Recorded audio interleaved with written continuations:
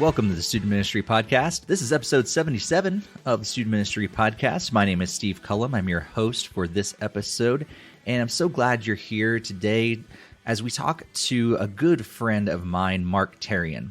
Marc is one of the directors at WorkCamp NE, and today we get to talk to him about his journey with Christ and how service has really played a huge role in shaping him to who he is today and what they offer there at WorkCamp NE for your students to get involved in serving others. So I'm so excited for you to hear from Marc today. But before we jump into any of that, I just want to thank you guys so much for being here.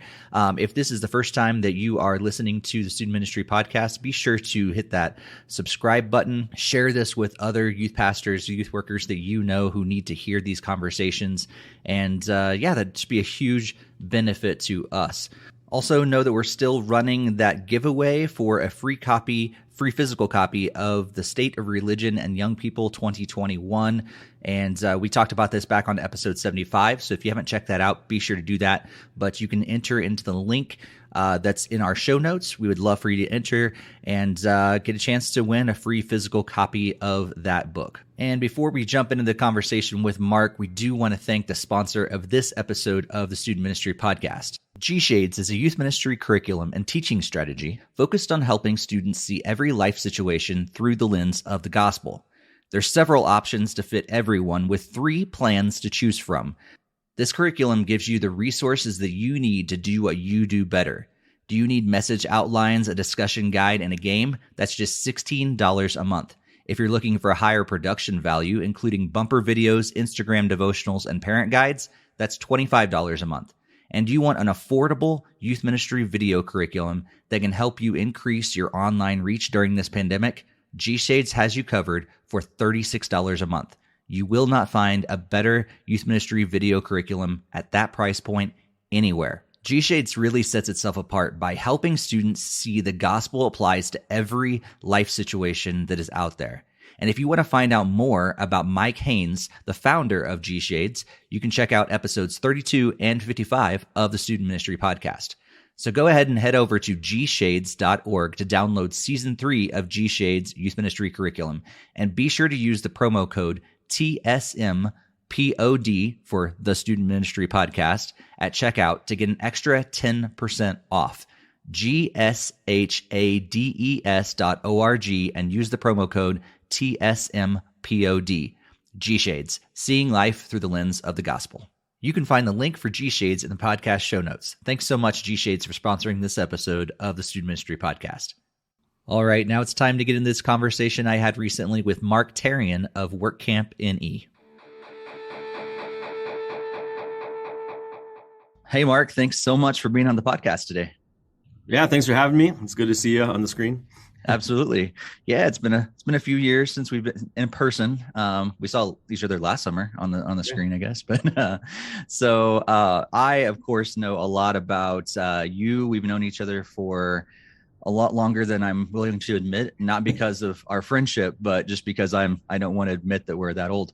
But I know a lot about your ministry there with WorkCamp NE and everything. But for our listeners who are, maybe this is the first time they're hearing about you or WorkCamp or anything about that, I'd love to just start with your story, just to hear a little bit about where God has brought you over the years to kind of get you to this point where you are today.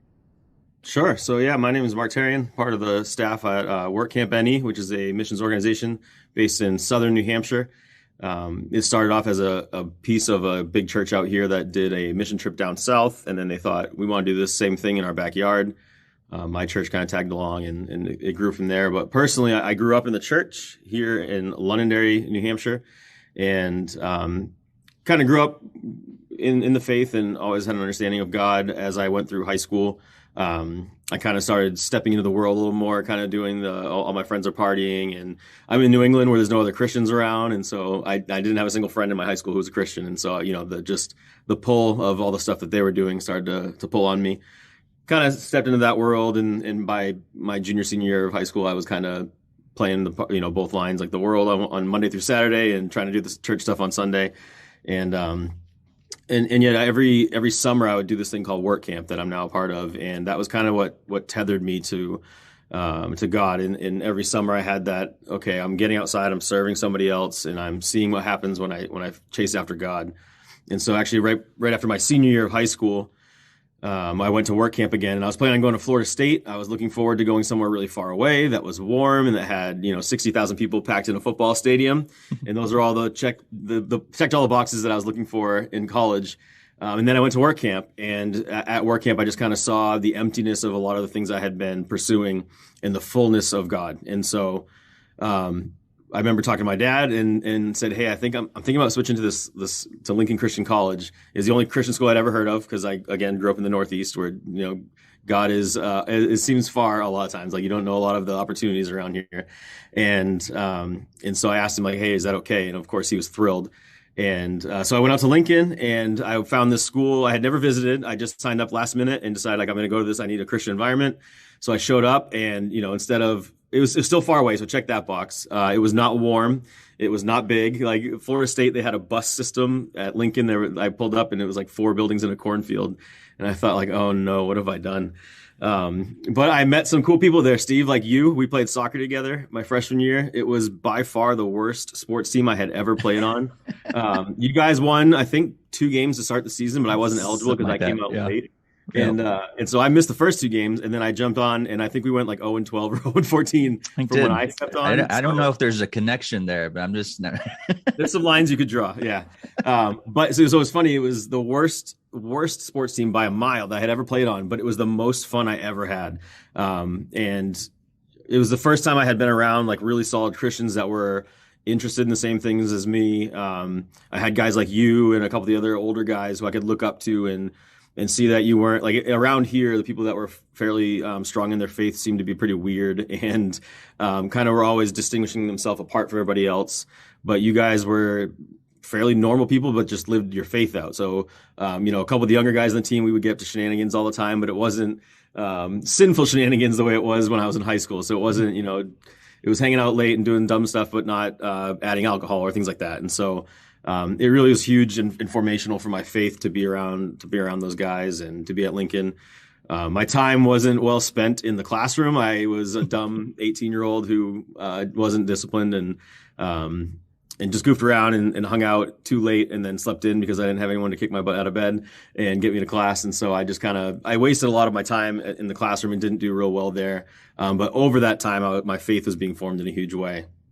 Around that time, I met up with my buddy Super Dave, who's now the pastor at my home church that I grew up in that I'm now working with too. And he made me a youth group leader, like one of his small group leaders, which I thought was insane. I was like, I shouldn't be in charge of anybody. And I think a few of the elders at his church agreed. But Super Dave saw some of the potential and put me in charge of the youth group. And that was another chance to kind of say, okay, if I'm supposed to be taking my faith seriously, I'm supposed to be leading these students. And yet here, looking at some of my behaviors and decisions, I need to change some things. And so that was another big piece of my formation. A few years after that, I got married and to my wife, Jess, who's from Illinois. And we moved back to New Hampshire to be a part of Work Camp NE.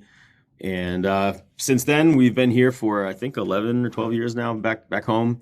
And we have 3 kids. So my roles have been shifting. I'm now in that dad role, coaching soccer and basketball way too much.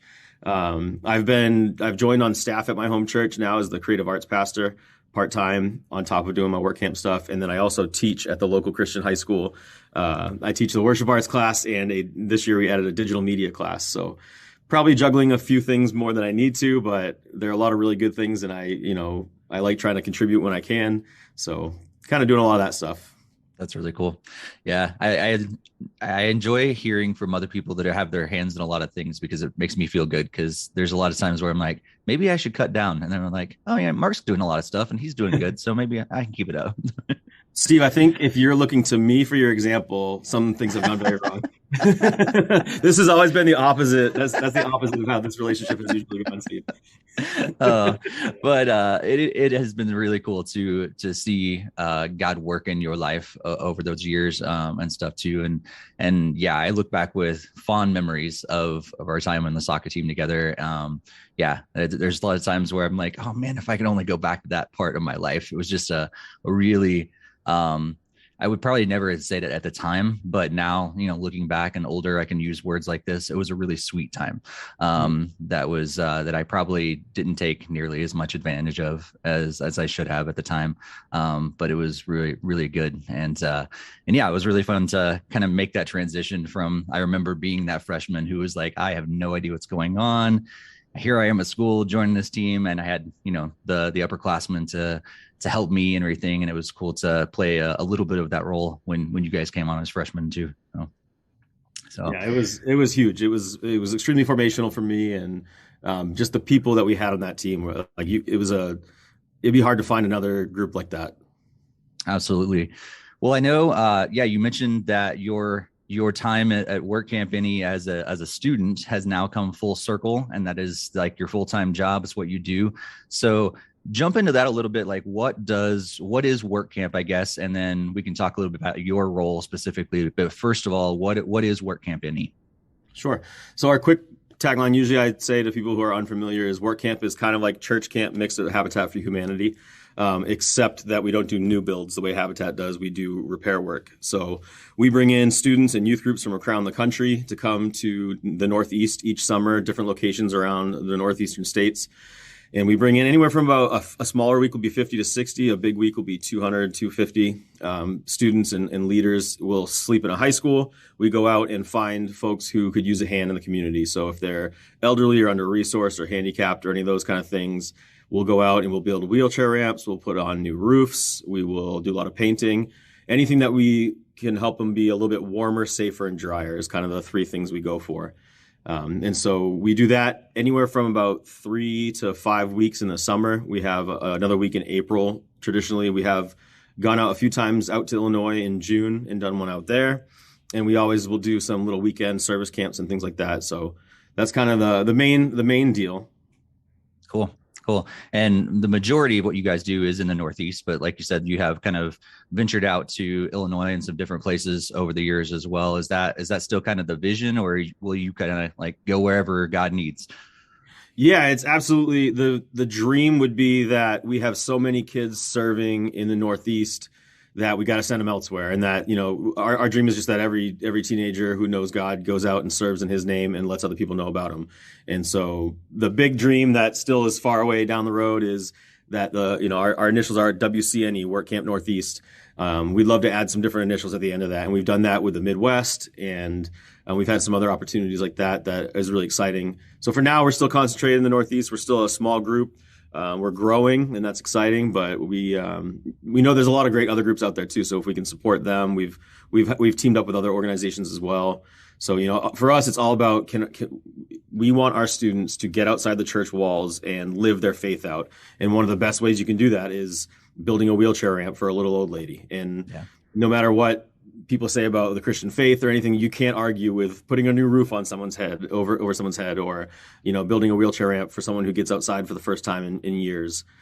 So we just love seeing students get out and serve, using a saw, using a hammer and nails, doing something physical where they can pull away at the end of the week and say, like, oh, look, we built that. And, and someone's life is forever changed because of it. Yeah, absolutely. I'm going to get into that a little bit more, but I'd love to kind of shift just a little bit and just talk about what your role there is at Work Camp NE. What do you do on a regular basis? So I know it's shifted a little bit over the years. So what is your ministry there as specifically with Work Camp look like? Yeah, my role keeps getting more boring every year as I get older, and I used to just do all the fun stuff like the games at night and in the band and that kind of thing. And now I have to do, start learning how to file for insurances in different states. So I'm a director at Work Camp NE. It's an interesting dynamic. It's a family run ministry. So I like to joke that I have 1 year of seniority on my dad, who is another director as well. We're the only 2 full-time employees. But I came as a camper in 1998 for the first time as a little 7th grader, and I dragged my dad along the next year, so 98. And then in 2003, the person who had been running it passed the reins off. My dad was interested, and he kind of took it over from there. So that was when I was in high school. Once I was done with my efforts at college, I told him, I want to come back and work for a camp, and God did some amazing things. That's a long story for another day, and has allowed us to do that now for the last 10 years full time. So the 2 of us are full time. My mom pitches in a lot of times around the calendar year and all of the summer. My wife has done it too. She's now a stay-at-home mom as well, so she's quite busy. So it's mostly the four of us and then a lot of great volunteers who give up lots of time in the summer. So my role as a director, that means a lot of different things. We always say that work camp kind of comes down to three pieces. There's the building piece, the work site piece. There's the programming side, and then there's the logistics of camp running, getting people enough water to survive for the week, food, and all that kind of thing. And so my dad usually heads up the contracting side of the sites with using a few different contractors. I organize our programming. So that's the devotional times during the day. At night, we come back after serving all day and we have our evening program where we'll have a band and a speaker and, just try to drive our students a little bit deeper into their faith. And so that's kind of where I spend most of my time. As I said, in the past, as I was younger, I was doing more of that kind of fun stuff. Like, let's really spend a lot of time on these stage games. And now it's like, I got to get that done so I can get the more important, stuff done so we can stay open and all that. So that's kind of my role at camp. In the off season, I'm kind of in charge of recruiting and promotion. So in the fall, we kind of are in that recruiting promotion mind frame. Once winter and spring hits, then we start planning for the upcoming summer. We will work in a traditional non-COVID year, we're working on 60 to 75 homes over the course of 3 to 4 weeks. So that's a really heavy amount of work in a short amount of time. And it takes a lot of preparation. So that's our winter and spring is getting a lot of that stuff ready. We have about 500 or 600 students come through in a calendar year. Again, pre-COVID. COVID was a little bit lesser, but we still got to do some really cool stuff.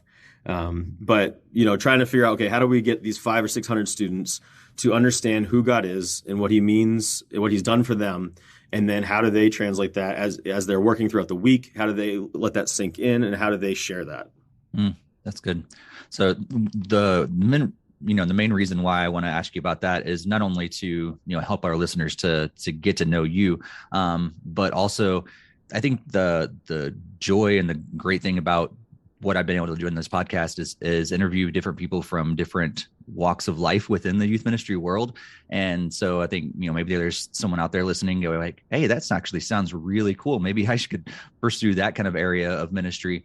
I know growing up, like I didn't realize that was kind of a thing. So that's really cool to hear more about like what is a director of a ministry like Work Camp. But the other portion, the reason why I wanted to have it on was just to promote Work Camp and let people know more about what this ministry is. So there's a lot of different ministries out there. And I know we've talked about this before. We're not necessarily in the competition world of this, but what are some things that, we want to promote all good things for the kingdom, but what are some of those things that maybe that you would see that sets Work Camp NE apart from other opportunities out there? Not saying it's better, but just sets it apart. Yeah. I mean, we every youth leader that we meet with, we say there's 1,000 great opportunities when you're looking at a mission trip. And, you can go international and there's some amazing stuff that happens when you leave the United States borders. You can stay in your hometown and there's a huge impact in serving right around the corner from your house. So we are just one of many trips that hopefully will leave an impact on your students. And so what we say is, personally, why I fell in love with this ministry is I did a lot of different church events growing up, but when I went out and sweat like crazy in the summer and slept on an air mattress on a floor and just was like more exhausted than I've ever been in my entire life. But when I, at the end of the week, looked at this new roof over this, there's an old man that my first crew, the first residence that I had, and it was an older man who had been in a wheelchair for a couple of years, and their roof was leaking. And so we actually got to put a roof on his house and we built a ramp. We had kind of a crazy site. But when we built the ramp, we built the roof, he was just thrilled. And then we built a ramp and he went up and down the ramp about 15 times, just going up and down, because it used to take him a long time to get in and out of his house with a wheelchair. And so when I, as a student, got to get out and serve somebody else and put the focus on somebody else, it really made a tremendous impact on me as far as, okay, we learn about God a lot, but when we put it into practice, there's just something amazing that happens. And so for me, one of the benefits of Work Camp is it's a service trip. I think there's just so much value in, our world is so much telling us that it's just all about us. And so when we get outside and we serve, and in the summer in the North, it's hot and you're sweating and you're tired. But when you give of yourself, like to me, that's about as rewarding of an experience as you can have. Selfishly, I think Work Camp, we do a pretty good job of being fairly organized. We get all the tools out and ready for you So when you show up, one of our goals is we really want to be a ministry that supports our youth leaders. So our goal is that our youth leaders just show up and they worry about how to get to camp and how to get home. And once they're there, you just spend that time investing in your students. And so we try to take down all the roadblocks that would be the logistical nightmares that get in the way that you have to handle. And now that takes away the time that you can spend with a student who's questioning this idea of God and wants to walk through it. Our goal is to do our best to maximize your time with your students. And I think we do a pretty good job of that. We have a lot of feedback each year. Our youth leaders usually tell us that, we really do take a lot of those logistics out. We will work you. So when you get here, you're going to spend your day on a crew or something like that. Like Steve, you've done a lot of jobs. You've been our speaker. You've been our interviewer when we do our daily video. You've been a crew leader countless times. So we will absolutely work you when you get there. There's no days off at work camp for anybody. But we really want it to be a chance where our youth leaders can spend really concentrated time investing in their students. So I think that's one of the things that sets us apart from some ministries is just that taking care of all those logistics. Again, just serving is a big thing, and reiterating that we're just one of many great ones. Yeah, absolutely. I love I absolutely, from the first time I ever went to work camp, I think when it was one of the two trips that I showed up in my last church. I was the first youth pastor there, but they had some volunteer work before me. And there were two trips that were already booked when I stepped foot in the door. And one of them was work camp. And the other one was our winter camp experience. And until the day I left, that was still ministries that they were doing. And I think even after I left for several years, I'm not sure where they are now, but yeah, we're still teamed up. Awesome. So like that, it was so great for us to just walk through that door and wow, we're actually going to make some significant benefits. I bring some significant benefits to these residents' houses. But also I love the fact that you guys really do balance, I think, both the work and the camp side. It feels more like a camp than a lot of other mission trips. And I think that's really important for a lot of other youth workers to understand. It's not just a typical mission trip.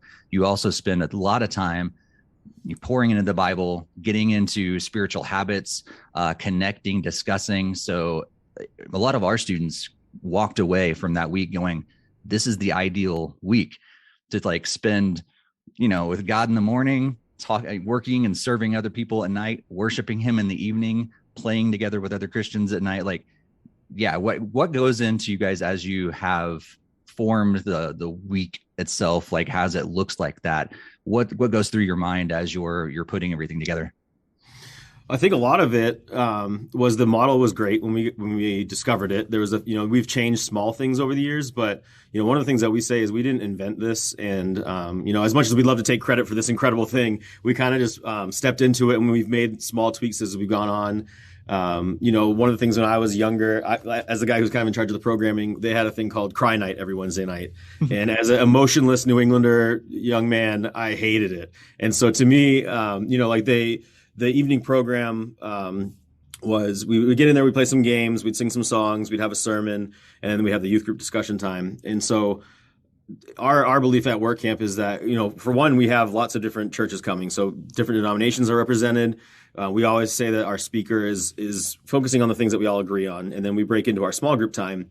And for me, the best chance for you and your students to grow in their faith is when you can have that sermon time where they're presented with God, and then they can break off into their small groups, and then you can work with your students who what they're going through, their successes, their failures, and you can kind of use that sermon and then some discussion questions that come out of it. Then you can kind of guide that time with your students and help them just grow deeper in their faith. And so, little changes like that, like switching some of the focus from being the sermon's going to be 45 minutes, and that's the epitome of the program, to the youth leader investing in their students, to me, is a little bit more of that. And then just other things like that as time goes on. I mentioned that I've been meeting with youth leaders after camp. So one of the things that we've done the last few years is we try to get out to lunch with everybody local who we can connect with, and just say, hey, what went well, what didn't go well, what can we improve on? And unsurprisingly, our youth leaders have tons of awesome ideas. And so, we're not prideful about, this is how we do things. Like, we love switching things. If, we stick with what works for the most part, but we love trying out different things. And, we have some phenomenal youth leaders who have been a part of our organization for years who bring students to us. And they have great ideas. And so we try them out, and, we keep what works and we throw away what doesn't. And it just gets us sharper and sharper every year. Absolutely. That's so cool. So we talked about summer camp opportunities, which is kind of your main bread and butter. But I know you guys do other stuff as well. So maybe some people are like, hey, I'm locked into what I do on a regular basis every summer. What else is there that they could maybe kind of bend your ear and say, hey, can work camp help me with this aspect of our service in our ministry?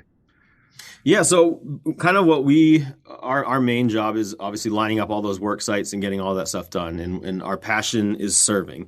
And so one of the things that we offer to groups, mostly local, but we are always willing to go anywhere, is to come in and help you with a service day. So Steve, your church back here in New Hampshire, one year just said, we're shutting the doors on Sunday. We're going to go out and be the church in the community. And work camp came alongside you and kind of managed all the work sites. So we went out and we raked and we painted and we did a bunch of things. And we just kind of helped with the logistics of helping everyone know where to go, helping with the tools and all that stuff and getting it prepped and ready to go. So there's things like that we can do. We've done some leadership type conferences, and we have a history and background in leadership development in the corporate world. So we can kind of have a specialized camp where we might bring in some of your more in-depth students. Some of the students are a little further along in their faith, come together for a little bit more of a leadership type camp or a weekend kind of thing. So really any way that we can support our youth leaders, any way that we can get students out serving, we love trying to figure that out. And we're very much willing to do whatever works for you. So whatever you think a service weekend wants to be for your church, we come in and do our best to support you in that. We can be as involved or not involved as you want us to be. Cool. And I think that's great. I think a lot of youth workers out there are looking for something, maybe a weekend or maybe a day or something, but also if you're not in the Northeast, it's a great way to, keep, some sort of a mission trip, but doing it right here in the country. It's a whole lot cheaper to fly or drive to New England than it is, maybe to Africa or Mexico or somewhere else. And so just put that on your radar as you're thinking about mission opportunities. I know Work Camp as well is always looking for partnerships there with other churches as well, but financially, but just to do that year after year after year to kind of build that partnership. Marc, I know that you've got years of ministry under your belt, specifically with Work Camp, but also as a volunteer, as a worship leader in your church, all those different things. So you've got an audience of youth pastors, youth workers out here listening to this podcast. What are a couple tips that you would like to share with them, being from your corner of youth ministry, just some things that God's taught you over the years that you'd like to share with them? Sure. Well, Steve, you know me well, and you know that I don't like to follow instructions. So I'm going to start off, instead of a tip, I'm going to give, I want to give an encouragement. Part of being a parachurch organization, we have a different role than youth leaders. Like I said, we love to support them. One of the coolest things about my job is getting to see a group of different youth leaders come in and go and invest in their students and see what they're doing year round and be a little bit more closely tied with that. So I just want to tell all of the youth leaders who are listening, keep up the good work. It's so easy to get bogged down in hard times and all the minutia of running a youth group. And I can't imagine being in charge of doing a digital youth group the last 2 years and all of those different things. So much can weigh you down. And being a sponsor for years, you wonder, like, are these kids getting it? Is my time being spent? Is it successful at all? Is there any fruit coming out of this? I just really want to encourage you. Yes, there's absolutely fruit coming out of this. Don't give up in doing what you know is good. Keep up the good work. So that's the first thing. And then I was like, all right, I'll try to think of one tip. My one tip that I thought was maybe of some value, or just, it's nothing groundbreaking, but it's just to be you, right? It's a simple, but fairly profound thing. Everyone knows it, but it's easy to lose sight of sometimes. It's awesome to listen to podcasts and gain knowledge from other people, to go to conferences, like to be a learner. But don't just do what Steve does, because Steve, you're not Steve, and Steve and I are different people, but we've had good success together because Steve is a lot of things that I'm not in many good ways. So in all the things that you learn and all the things that you take in, remember to be you. And especially you youth leaders know this better than probably anybody. Like, the students can just see through you so quickly if you're not being you. So just a reminder that God made you the way you are, and he presents you with all this knowledge and all this kind of stuff that you can take in, but also just figure out how do you make that work for you. So that's my tip. That's really good. It's really good, Mark. So I know people are going to want to connect with you. I know they're going to want to find out more about WorkCamp. Maybe they got some ideas in their head. Maybe it's they're in this place where they've got some plans in place, but they really need someone just even to bend someone's ear who's been there before and say, hey, we got this idea. Can this work? We're not really sure. I know you guys are open to conversations like that and just kind of, helping youth workers through that stuff. What is the best way for people to get a hold of you and to find out more about WorkCamp? Sure. Our website is workcampne, WorkCampne.com. My email is just Marc, MARC, at WorkCampne. That's on the contact page. But if you head to the website, it kind of branches out to everything from there. We have a YouTube channel. It's youtube.com/WorkCampne. And that's a really great way to kind of see what we're about. We have a daily video every single day at camp, and those are all uploaded there. So you can kind of see like what it's all about. We're on Instagram, Facebook, and Twitter, and it's just all /WorkCampne. So you can find it all there. And like you said, Steve, if there's any value, any wisdom that we have in all of our trials and failures over the last 20 years, even if you're a youth leader and you're interested in starting your own weekend service thing up, and you want to just use us as a sounding board to maybe, round off a couple of the mistakes you might make, we're here for that. It doesn't mean you have to pay us to come to you. We're happy to do, partnerships like that. But also if we can just provide any insight or any help, we're always happy to do that too. Cool. Well, Marc, thank you so much for all the ministry that you've been doing and leading over the years. Thank you for your friendship. And I love what WorkCamp is doing. I still have a vested interest since I'm on the board. So, but it's so much more than that. And man, just God bless everything that you're doing. Thank you, Steve. And thank you all for being here once again. Be sure to check out all those links that we've talked about in the show notes. Also, be sure to check out the link for G Shades. Thank you so much, G Shades, for sponsoring this episode of the Student Ministry Podcast. Check out gshades.org and use the promo code TSMPOD for 10% off your order. Also, just want to let you guys know this actually is the podcast, the episode that brings us to the end of 6 years of doing this podcast. So I told you already, but thank you so much. Some of you have been here the entire 6-year run, which is just incredible. So grateful for you not only being here, but sharing it with other youth workers who need to hear these stories about what God is doing in the entire world of youth ministry, and hopefully being encouraged, pick up some tips along the way, and maybe, be able to contact some of these guests that we've had on the podcast over the years, and strike up some more conversations and things that's really helped, hopefully, in your ministry. So thank you so much for being here for the last 6 years. We're going to keep doing this as long as God wants it to happen. So this is not me saying this is the end at 6 years, not at all. Hopefully we'll have more years. Approaching 100 episodes is still a little bit away, I know, but maybe within the next year or two we'll hit that 100 episode mark. So I was really excited about that. Thankful for all the sponsors we've had over the years as well. And if you've not done so yet, please just hit that subscribe button, but also leave a positive review. If you enjoy what you hear, if your podcast app or service allows you to leave a podcast review, please do that. That's a huge help for us, and also to share that with others in youth ministry. It's just a huge benefit to us, but also to others who are trying to hear this podcast. If you haven't done so yet, you can also follow us on social media. All those links are going to be in the show notes, as well as all the ones we talked about so far in this episode. So thank you so much for being here for episode 77. We'll be back next time with episode 78. But until then, may God bless your ministry.